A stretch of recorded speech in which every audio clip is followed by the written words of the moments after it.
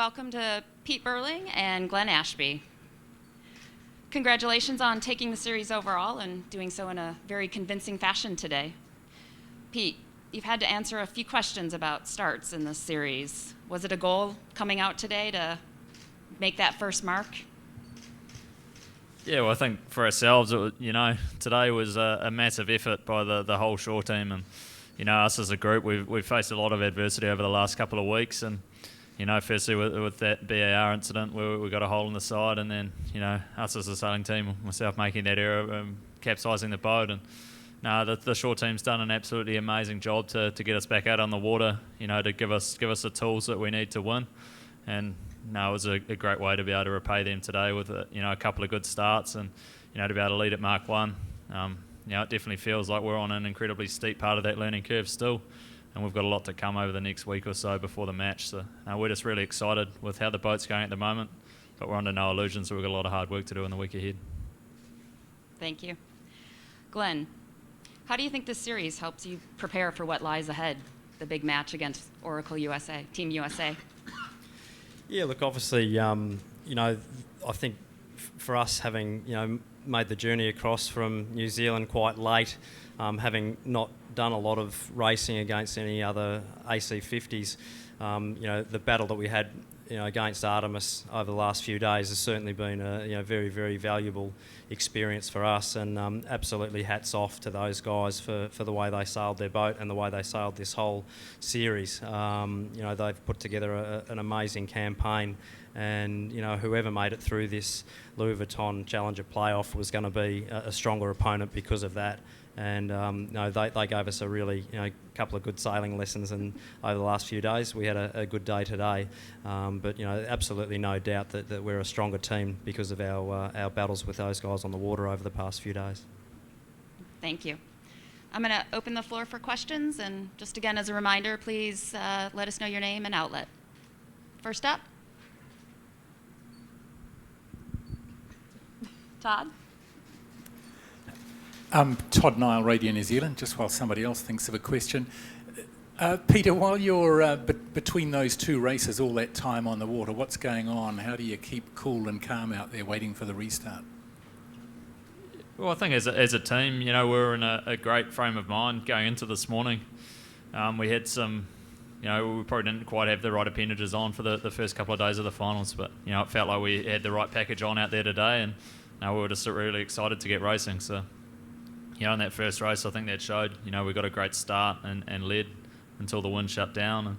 But that's sport, that's yacht racing, and, if the wind shuts down, you've got to wait. And for myself, I was just, cruising on the boat and, taking it pretty easy. And I think the rest of the guys were as well. And now we're just hoping that, a bit of breeze would eventually fill in to be able to have another crack. And now for ourselves, we're pretty pleased that, we can now have another day in the shed tomorrow. Next question. Ron, back there. Ron Lewis from The Times. For Glenn, how much during this campaign has what happened in San Francisco been a motivation for you, and how often do you think it's going to get mentioned in team meetings over the next couple of weeks?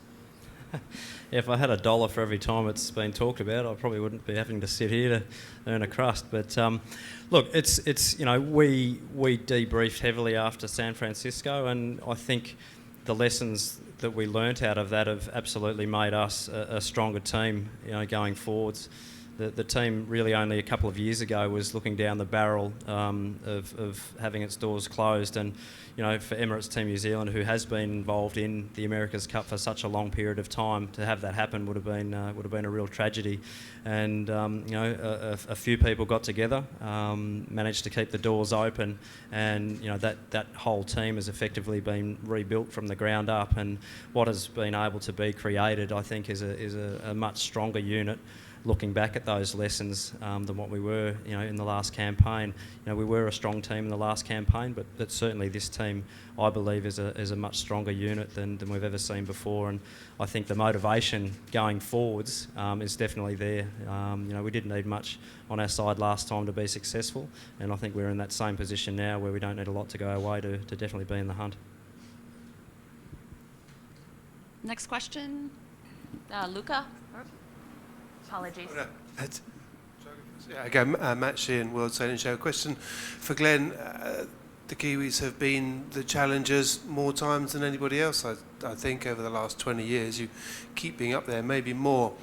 What is it? What's the secret? What keeps the Kiwis coming back each time? Even though the rules get changed and the whole format changes, you keep bouncing back each time and you find yourself as the challenger. Yeah, it's a great question. I think, to be honest, I think it's the passion to be aggressive in design and innovation. I think that's something that has really stood Emirates Team New Zealand apart from a lot of the other teams over the years, and I think this campaign has been absolutely no exception to pushing the boundaries of what's possible and what can be achieved.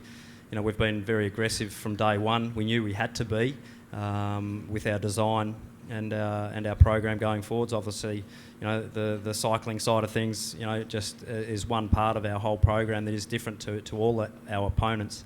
And we knew that in this campaign, being based in New Zealand by ourselves, sailing around by ourselves, if we weren't aggressive in our program going forwards, ultimately I don't think we would have been able to have a chance of being successful over here in Bermuda. Peter, you are 26, but you're acting like a 52. So, do you really never felt any pressure during the week? Yeah, well, I think it's full credit to our team as well. We've got a great bunch of guys around, right from the management throughout, and we've got some great coaches, the likes of Ray Davies and Murray Jones that can guide us through, and also a lot of guys analysing everything we do and giving us a lot of feedback as to how to improve on the water. And we're just really excited about the challenge in the weeks ahead. We feel like we've been pushed really hard in the past couple of weeks, and we're definitely going to be able to trying to take it easy for a day. I think we're all relatively tired, but we're definitely a lot stronger for it heading into the match, and we're just really excited to get racing in a week's time. Thank you. We're going to go to Chris and then Todd. Hi, Chris Musler from the New York Times. First of all, congratulations, guys. It's really impressive to watch. And I'm going to go back on Luca's question for you, Peter. You have been quite calm on board. Same with you and Glenn and the rest of the team.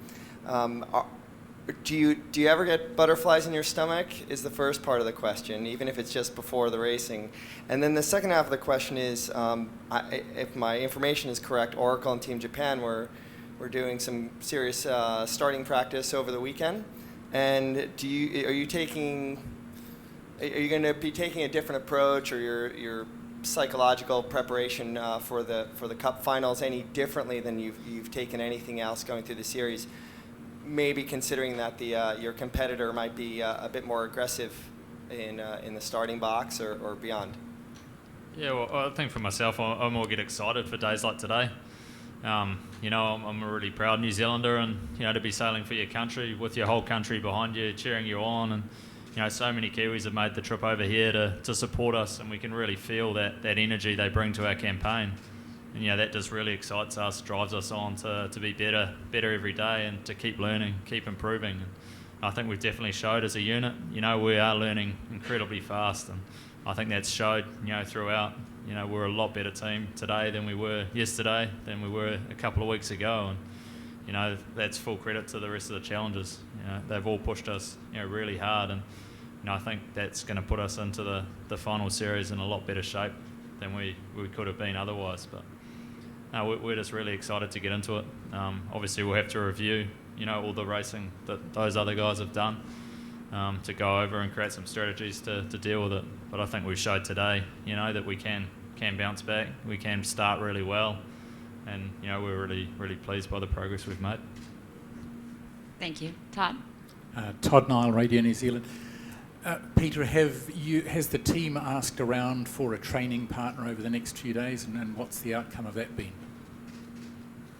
Yeah, well, for ourselves, we've had a great training partner for the last 3 days in Artemis Racing, and I think whoever came out of that series ahead, there's obviously a lot of pressure, a lot on the line, and whoever came out of that series ahead was definitely going to be in pretty good shape for the next round. But we've just been worrying about, making it to the Cup for the last few days, and, by no means is Artemis, a weak team, or, they pushed us right to the end, and, I think that made us really proud as a team, the way we kind of came into it, over the weekend, and probably didn't quite have the right setup on, but still managed to get some race wins on the board, and, to be able to close it out like we did today, with probably only having one race today, it was really pleasing for us as a unit looking forward.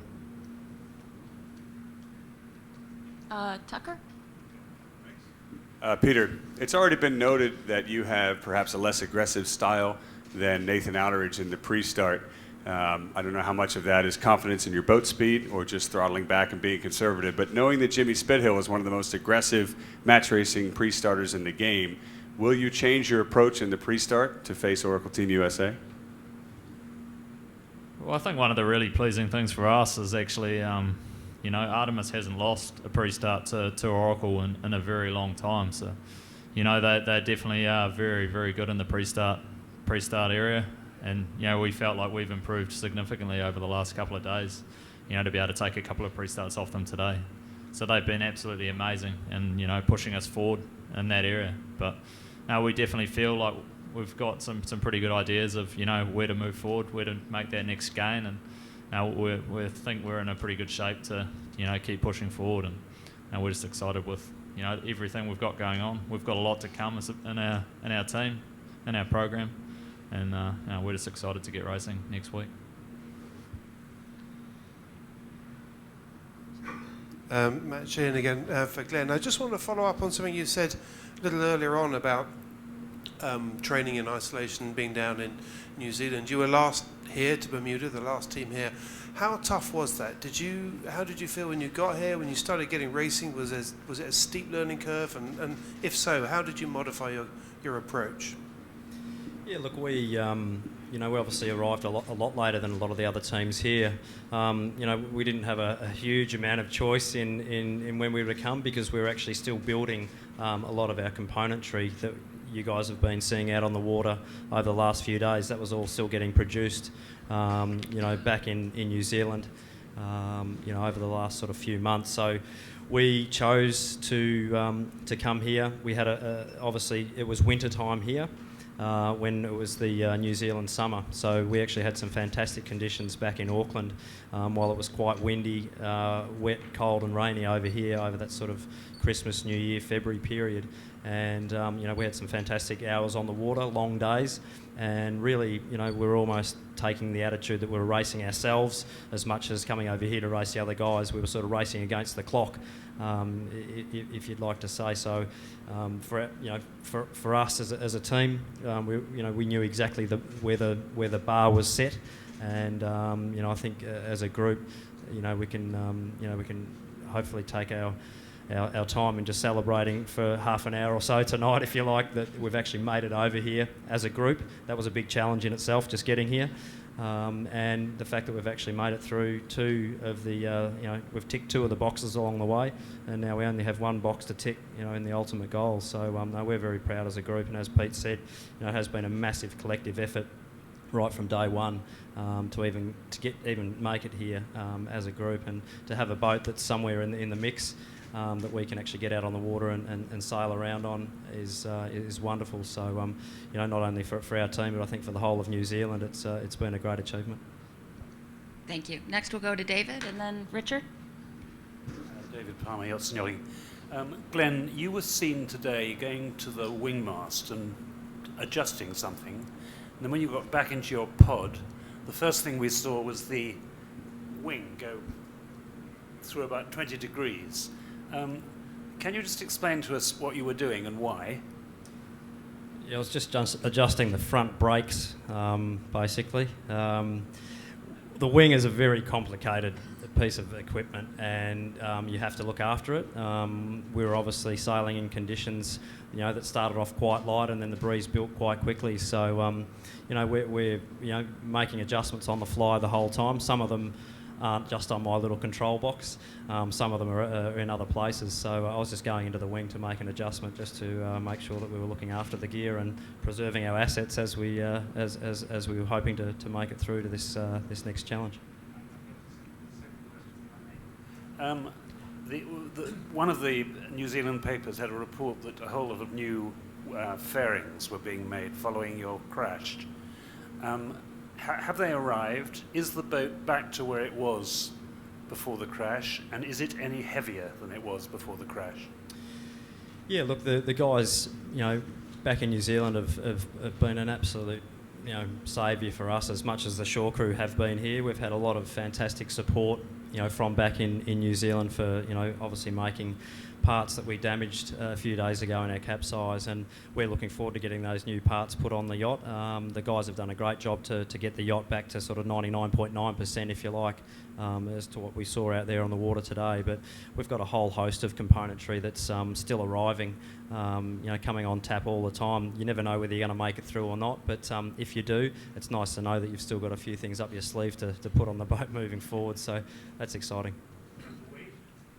Yeah, look, the weight side of things, gained probably a couple of kilos out of the whole thing. So largely the fairings don't weigh a lot, and they're all the bits and pieces that get broken. So it's not a huge one either way with the lightweight fairings to be replaced.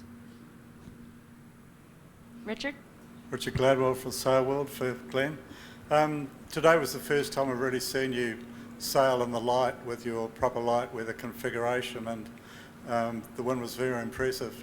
What would you put that down to? Is it down to speed or smart sailing or both? Where do you think you really had the strength today?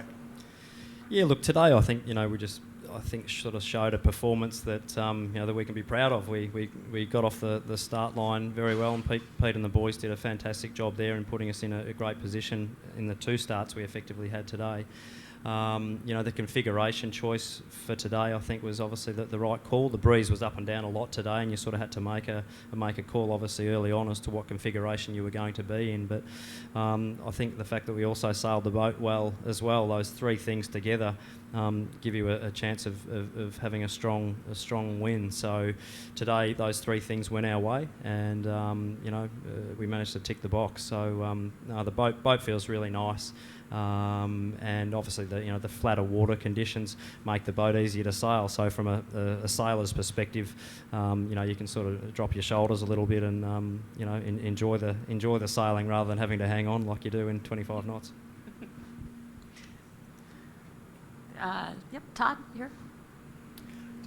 Glenn, sorry, can I just sharpen up my last question? Before this weekend and between the next 2 weekends, are you looking for a team to train with, and has anyone said yes? Look, we've only got a few days, obviously, to get ourselves prepared. So we're just going to focus on the things that we need to do performance-wise to get on the water.